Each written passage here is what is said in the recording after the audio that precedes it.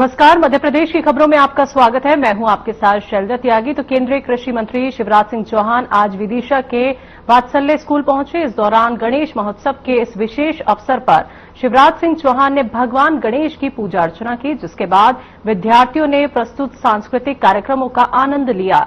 वहीं केंद्रीय मंत्री शिवराज सिंह ने स्कूल प्रबंधन की सराहना की और कहा कि आज के दौर में भी विद्यार्थियों को शिक्षा के साथ साथ संस्कार और धार्मिक परंपराओं की जानकारी देना एक सराहनीय कदम है।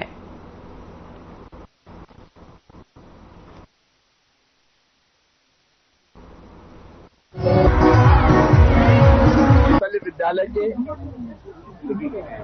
प्रबंधन को बधाई देता हूं। भारतीय संस्कृति, जीवन मूल्य, परंपराओं और उत्सवों का वो निर्वाह कर रहे हैं।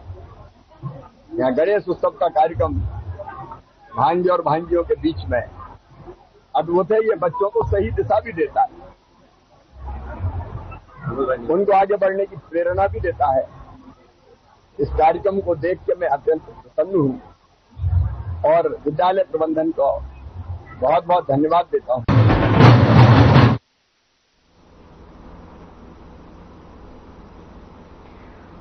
भिंड में बिना हेलमेट पेट्रोल देने से इनकार करने पर बदमाशों ने पेट्रोल पंप पर ताबड़तोड़ फायरिंग शुरू कर दी। पंप संचालक गंभीर रूप से घायल हो गया। दरअसल भिंड ग्वालियर नेशनल हाईवे 719 पर बरोही के पास सावित्री लोधी पेट्रोल पंप पर रविवार सुबह करीब 4:30 बजे 3 युवक बाइक से पहुंचे। हेलमेट न होने पर पंप संचालक तेज नारायण नरबरिया ने पेट्रोल देने से मना कर दिया। इस पर युवक भड़क गए और पंप संचालक पर पिस्तौल और बंदूक से फायरिंग कर दी। आनंद फानन में पंप संचालक को जिला अस्पताल ले जाया गया, जहां इलाज जारी है। घटना के बाद आरोपी हथियार लहराते हुए फरार हो गए। पूरी वारदात सीसीटीवी में कैद हो गई है। वहीं पुलिस ने मामला दर्ज कर आरोपी की तलाश शुरू कर दी है।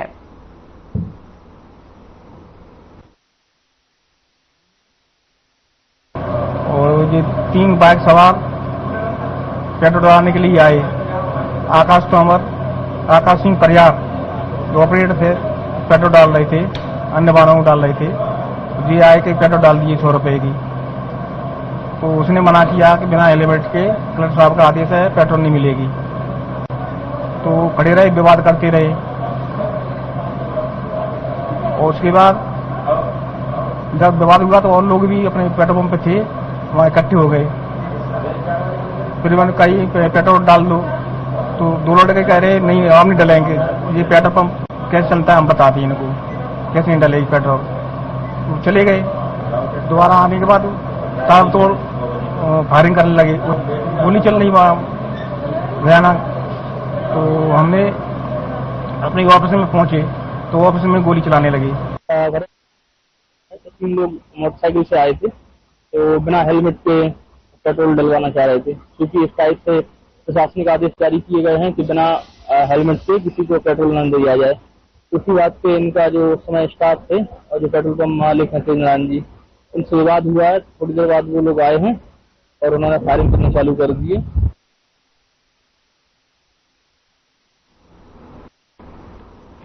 मोहन बड़ौदिया के शासकीय महाविद्यालय में खेल दिवस का आयोजन किया गया। ये आयोजन हॉकी के जादूगर भारत रत्न मेजर ध्यानचंद के जन्मदिन के उपलक्ष्य में हुआ।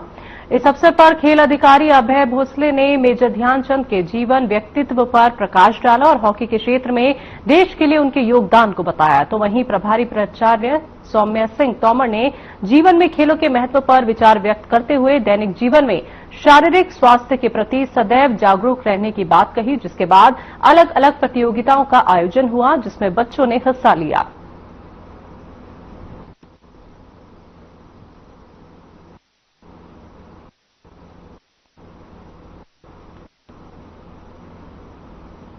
तो आपको बता दें कि खेल दिवस प्रोग्राम का यहां पे आयोजन किया गया था शासकीय महाविद्यालय में और बच्चों ने यहां बढ़ चढ़ के हिस्सा लिया। तमाम तरीके के खेल यहां पे खेले गए। तो खेल दिवस को यहां पे उत्साह के साथ मनाया गया।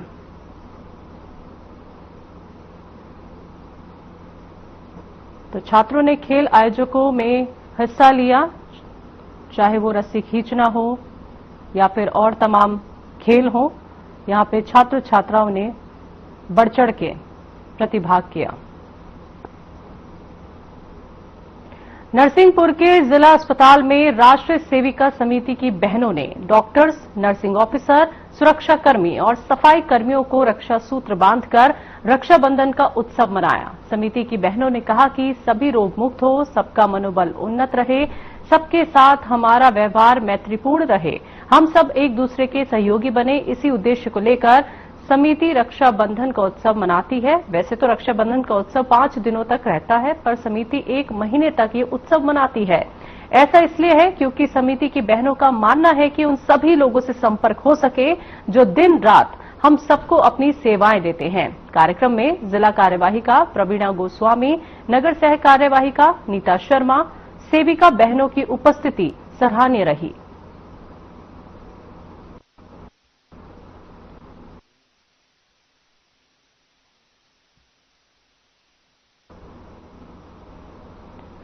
इंदौर में तेज बारिश ने एक बार फिर दस्तक देकर तपती गर्मी से बड़ी राहत दी है। वहीं घंटों तक लगातार हुई बारिश से कई स्थानों पर जल जमाव देखने को मिला। शहर में कई स्थानों पर नगर निगम की टीमों ने जल निकासी की। प्रदेश भर में पिछले कई दिनों से लोग अच्छी बारिश का इंतजार कर रहे थे, लेकिन केवल हल्की फुल्की बारिश से मौसम बना हुआ था और एक बार फिर झमाझम बारिश के बाद न सिर्फ मौसम सुहाना हो गया है, बल्कि लोगों ने भी राहत की सांस ली है।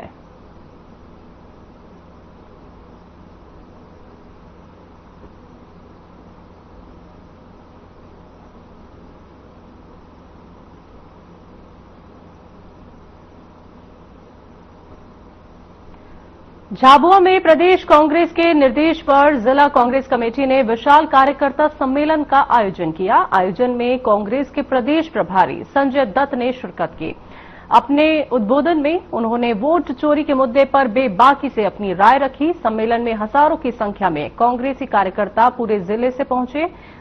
तो जिलाध्यक्ष प्रकाश राका ने बूथ लेवल तक संगठन को मजबूत करने का संकल्प लेने के साथ सभी कार्यकर्ताओं से अनुरोध किया कि कांग्रेस को मजबूत कर राहुल गांधी को प्रधानमंत्री बनाने का मार्ग मजबूत करें। कार्यक्रम के बाद कांग्रेस के समस्त कार्यकर्ता रैली के रूप में कलेक्टर कार्यालय पहुंचे और कलेक्टर को मतदाता सूची 2025 के शुद्धिकरण के संबंध में ज्ञापन सौंपा।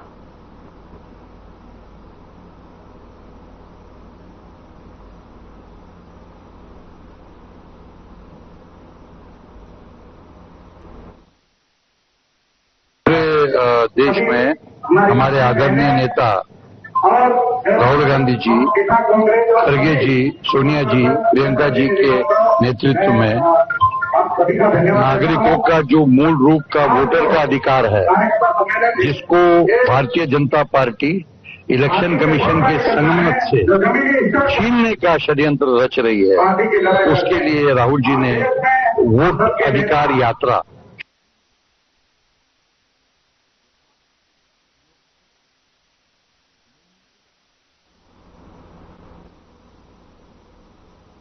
बीती रात जिले की राजनीति में उस समय हलचल तेज हो गई जब बीजेपी नेता धीरज पटेरिया अचानक सीधी के पूर्व सांसद एवं चुरहट के पूर्व विधायक गोविंद मिश्रा के निज आवास पहुंचे। तो इस दौरान उन्होंने मिश्रा को साल और श्रीफल भेंट कर उनका सम्मान किया। इस मौके पर बड़ी संख्या में बीजेपी कार्यकर्ता भी मौजूद रहे, जिन्होंने वरिष्ठ नेता के प्रति अपनी निष्ठा और समर्थन का संदेश दिया। आपको बता दें कि गोविंद मिश्रा सिंधी जिले और खासकर चुरहट विधानसभा क्षेत्र के बेहद लोकप्रिय नेता हैं। फिलहाल भले ही उनकी राजनीति में सक्रियता कम है, लेकिन जनता के बीच उनकी पकड़ आज भी उतनी ही मजबूत है। अपने सरल और मिलनसार स्वभाव के कारण वो हर वर्ग के लोगों के बीच सम्मानित और लोकप्रिय बने हुए हैं।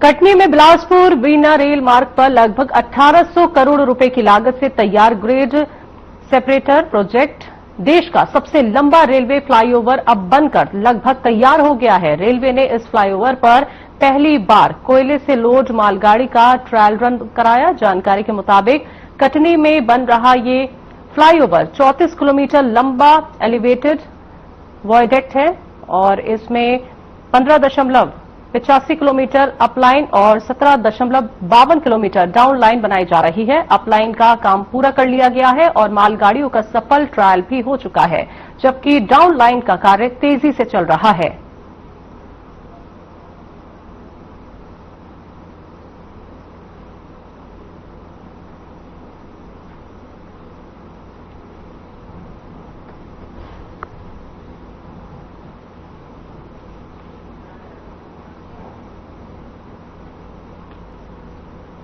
सतवास तहसील के नगर परिषद कांटाफोड़ के अंतर्गत वार्ड क्रमांक 3 में क्षेत्रीय विधायक मुरली भवरा द्वारा नल जल योजना का शुभारंभ किया गया।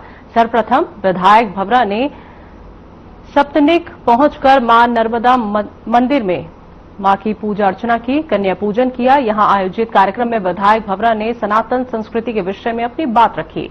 इसके उपरांत पार्षद अनिरुद्ध शर्मा द्वारा आयोजित कलश यात्रा के साथ ही मातृशक्ति धार्मिक यात्रा सीहोर के कुबेश्वर धाम के लिए बसों के माध्यम से रवाना किया गया, जिसमें मातृशक्तियों से विधायक भवरा ने भेंट की। साथ ही विधायक मुरली भवरा की पत्नी ने भी कलश यात्रा में वो शामिल हुई और इस दौरान आयोजित कार्यक्रम में विधायक भवरा द्वारा लोकतंत्र सेनानी स्वर्गीय गुरुप्रसाद शर्मा की धर्मपत्नी सुभद्राबाई शर्मा का स्वागत सम्मान किया गया।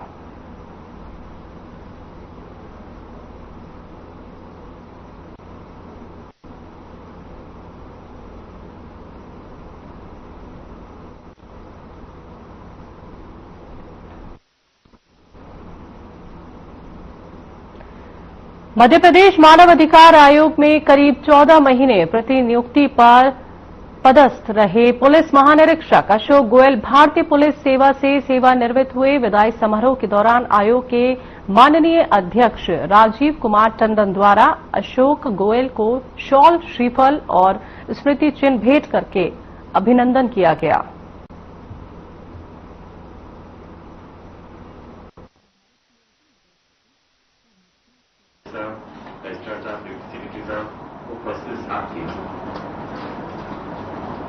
अशोक ने करीब 36 साल की नौकरी कंप्लीट करके आज हमसे विदा ले रहे हैं और जैसा ड्यूटी सेक्रेटरी साहब थोड़ा सा फिलोसफिकल बोल रहे थे, सरकार की डेट है रिटायरमेंट की, खुद को मेंटली रिटायर और जो आप नहीं होते। अक्सर शाम को चाय पे इनसे बात करता तो अशोक के लिए बहुत सारे प्रोजेक्ट बचे हुए हैं, बहुत सारे प्रोजेक्ट बचे हुए हैं, चाहे एडवोकेट के रूप में, चाहे पत्रकार के रूप में या फर्दर किसी असाइनमेंट को लेंगे। बहुत ही एक्टिव आदमी रहे हैं, सोशल आदमी रहे हैं। अक्सर देखता था किसी न किसी फरियादी को जिन्होंने बोला था कि सेवा का मौका मिलता है। सच में एक ऐसा प्लेटफॉर्म और मल्टी डिसिप्लिनरी ऑर्गेनाइजेशन है, एडमिनिस्ट्रेशन है, पुलिस वाले हैं, सब मिलकर लोगों को मदद करने के लिए। तो अक्सर किसी किसी की एप्लीकेशन लेके आ जाते थे कि सर इनके पास ये प्रॉब्लम है, अपने यहाँ ले लेंगे, संज्ञान कर लेंगे। बिल्कुल, तो अगर मदद कर सकते हैं तो करें। आज हमारे आईजी आदरणीय अशोक गोयल सर का रिटायरमेंट है और सर हमारे लिए हमेशा से बहुत ही सम्माननीय रहे हैं, क्योंकि एक तो वो मेरे वरिष्ठ अधिकारी तो है ही सही, साथ में वो हमेशा हम लोगों को जो विभाग से संबंधित बारीकियां हैं उनके बारे में बताते रहे हैं, सिखाते रहे हैं। आयोग में भी आए तो सर ने सभी लोगों को बहुत सारी बारीकियों के बारे में बताया, कैसे जांच पड़ताल होनी चाहिए, क्या हमको विशेष ध्यान रखना चाहिए। मेरी सर के साथ में दूसरी पदस्थापना है। इस वक्त मेरे साथ जो शख्सियत मौजूद है वो किसी परिचय की मोहताज नहीं है।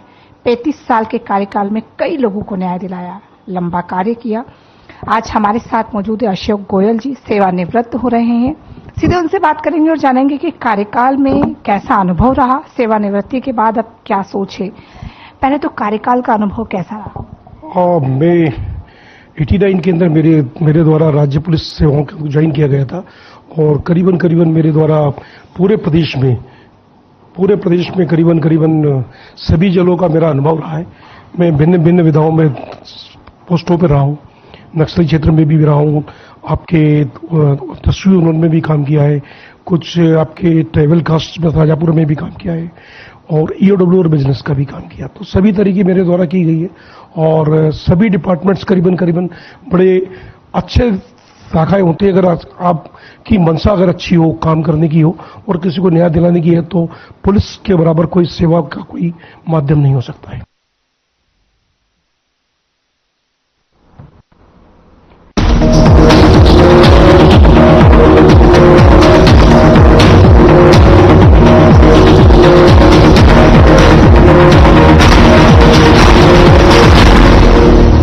कुछ लोग खाते पीते तो बहुत बढ़िया हैं, पर फिर भी उनकी सेहत नहीं बनती। पिचके हुए गाल हैं, हड्डियां निकली हुई हैं, पैंटें ढीली हैं, कपड़े जचते नहीं, कोई पर्सनैलिटी नहीं।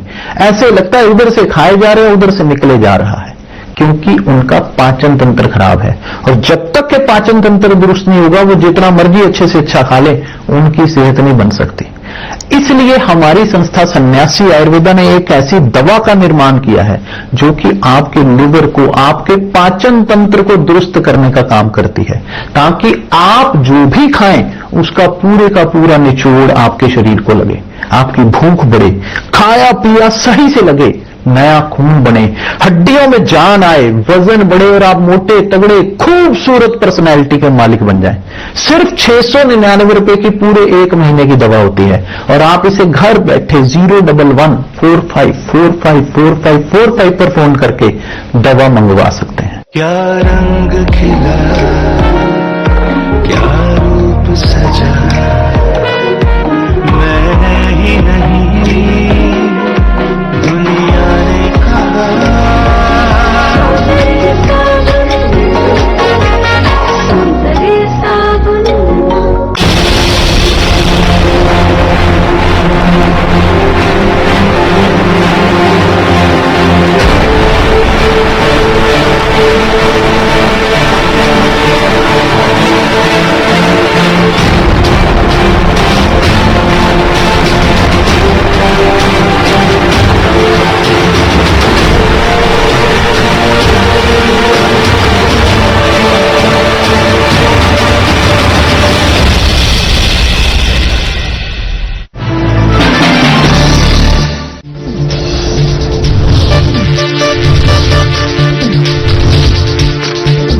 साधना इंस्टीट्यूट के छात्र हर साल नए नए जगहों पर, नए नए संस्थानों पर काम करने के लिए जाते हैं, उन्हें प्लेसमेंट मिलता है और साथ ही साथ वो संस्थानों का और साधना इंस्टीट्यूट का नाम भी रोशन करते हैं। तो अगर आप इलेक्ट्रॉनिक मीडिया, मास कम्युनिकेशन में अपना करियर बनाना चाहते हैं तो साधना इंस्टीट्यूट आपके लिए एक सबसे बढ़िया विकल्प है।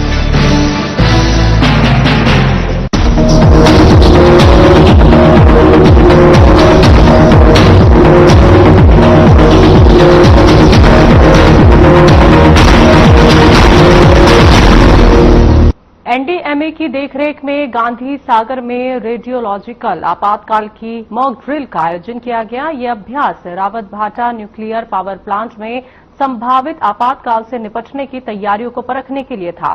मॉक ड्रिल में प्रशासन ने नागरिकों को सुरक्षित स्थानों पर स्थानांतरित करने का अभ्यास किया। रावत भाटा न्यूक्लियर पावर प्लांट के ऑब्जर्वर संजय माथुर और एमपीसीईएल के अधिकारियों ने मौके पर पहुंचकर रेडिएशन से बचाव के तरीकों का निरीक्षण किया। एसडीएम चौहान ने लोगों को आपातकाल के दौरान केवल अधिकृत सूचनाओं पर भरोसा करने की सलाह दी। इस मौके पर कई विभागों ने हिस्सा लिया।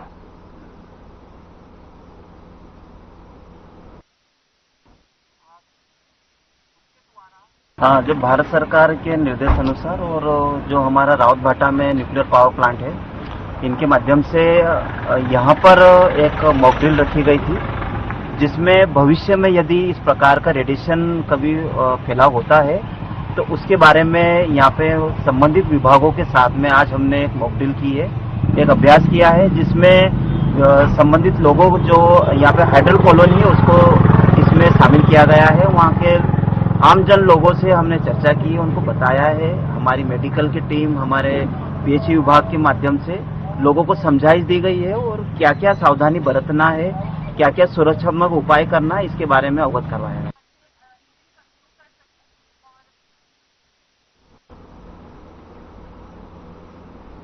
महर और सतना क्षेत्र में बेरोजगारी और आर्थिक संकट के कारण युवा तेजी से अपराध की ओर बढ़ रहे हैं। विशेषज्ञों का कहना है कि महंगाई, बेरोजगारी और सामाजिक प्रतिस्पर्धा में आगे निकलने की ललक युवाओं को गलत राह पर धकेल रही है। यही वजह है कि कई युवा नशे के अवैध कारोबार में फंसते जा रहे हैं। स्थानीय स्तर पर सामने आए मामलों में देखा गया है कि युवा नशीले कफ सिरप जैसे अवैध धंधों में लिप्त हो रहे हैं, जबकि एनडीपीएस एक्ट और ड्रग कंट्रोल एक्ट के तहत ये गंभीर अपराध है और पकड़े जाने पर लंबे समय तक जेल की सजा और जमानत की कठिनाई का सामना करना पड़ सकता है। ये स्थिति समाज और प्रदेश दोनों के लिए घातक साबित हो सकती है। साथ ही आपको बता दें कि विशेषज्ञों का ये भी कहना है कि युवाओं के भविष्य को सुरक्षित रखने के लिए प्रदेश सरकार को ठोस कदम उठाने की आवश्यकता है ताकि उन्हें अपराध से दूर कर सही दिशा दी जा सके।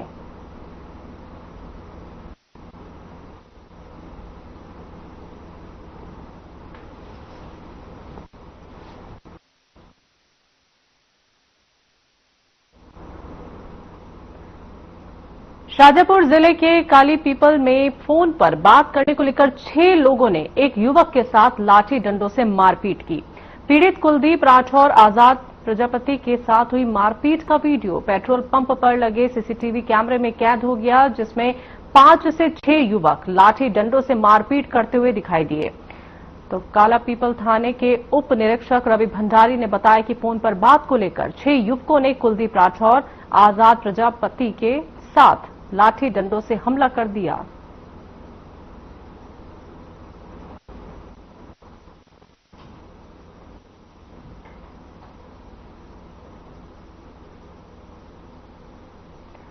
गोहद थाना अंतर्गत वार्ड क्रमांक 8 की रहने वाली महिला सोनम के साथ मारपीट और चाकू से हमला करने का मामला सामने आया है, जहां पर पीड़िता के पति ने बताया कि गोहद चौराहा थाना अंतर्गत 11 अगस्त को आरोपियों ने महिला के साथ मारपीट करके गला दबाकर जान से मारने की धमकी दी थी, जिस पर पुलिस ने मुकदमा दर्ज किया था।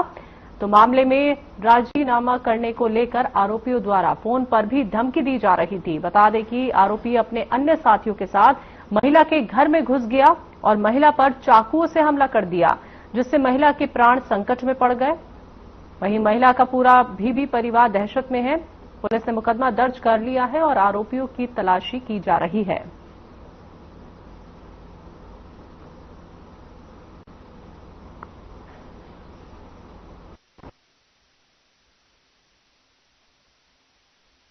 क्या है और जो है ये बच्ची कमाने नहीं जा तो सारी दिन उनको क्या रहती है और ये रोज डेली कब्बर करता है। चक्कू लेके 4-5 लोगों को लगे बाहर मकान में पत्थर फेंकता है और ये जो है ये लड़का पकड़ के जाता है तो भाग जाता है। यही कह रहा था कहना तुम मेरा फोन क्यों नहीं उठा रही है, क्यों तुम वो कर रही है, बस इतना कि हमें नहीं उठाना था ना, हम नहीं कर रहे थे। उसी के चक्कर में देने लग गया, मारपीट करने लगा। वो मेरी कह रहा था मैं तेरे पे इंजाम इतना लगा दूंगा, तू मजबूर होकर मेरे से बात करेगी, तेरे को बदनाम कर दूंगा बुरी गत से करने लगा। फिर जबरदस्ती होने लगा। तब तक पति आ नहीं पाए थे तो उन्हें 4 जने थे वो साथ में, तो चारों ने हमला किया था। मेरी गर्दन मस्की थी और नाक माक काट ली थी, यहाँ पर डाई हो रही थी उनने। मैं अपनी पत्नी के साथ बिलखरी गया था 10 तारीख को। 10 तारीख के दिन शंभू के काम से, तो 3 बजे का टाइम था। एक कस्टमर के यहाँ पर गए थे, लोन वगैरह का वो काम करती है हमारी मैडम। तो वहाँ पर कस्टमर का आधार कार्ड लेने के लिए मैं अपनी महिला को वहीं बिलखरी के कुन्ने पर छोड़ के चला गया था। इधर ये टंकी बन रही है, नई टंकी बन रही है उधर कुन्ने पर। वहाँ पर 2-3 व्यक्ति आए, उसमें एक का तो नाम पता है शाहरुख खान। शाहरुख वार्ड नंबर 9 में रहता है। उसने मेरी पत्नी पे जानलेवा हमला किया था, मारपीट करके, और नाक वाक में चोट, मतलब मारपीट करके और भाग गया था।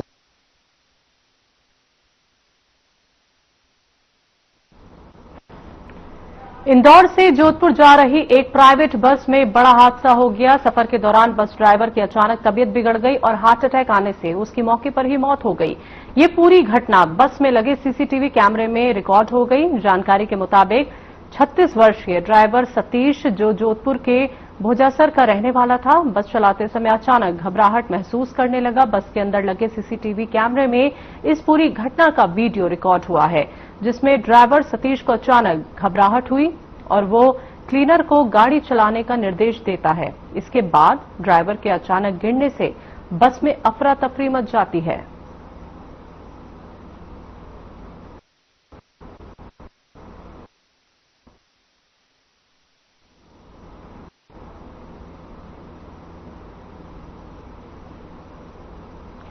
जुन्नारदेव में अवैध रूप से रेत और कोयले की ढुलाई में प्रशासनिक अधिकारियों की लापरवाही उजागर हुई है।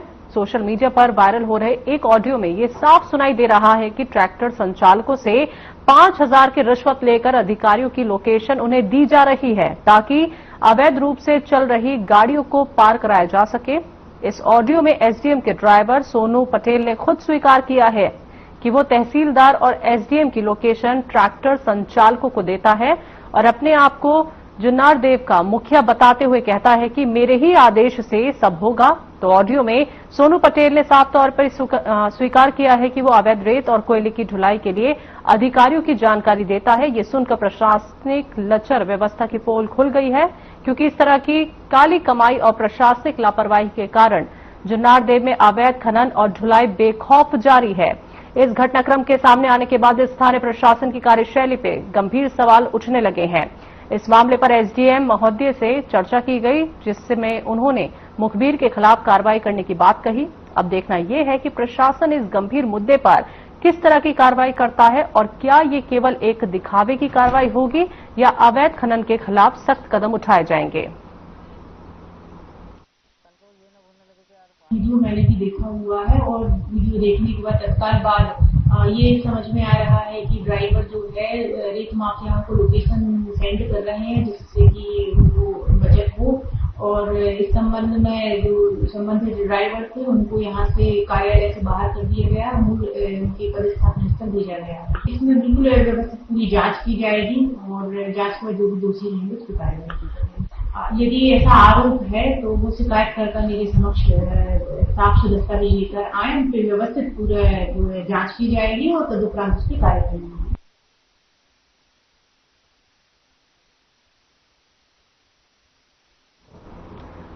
मध्य प्रदेश की खबरों में अभी के लिए इतना ही। मुझे दीजिए इजाजत। नमस्कार।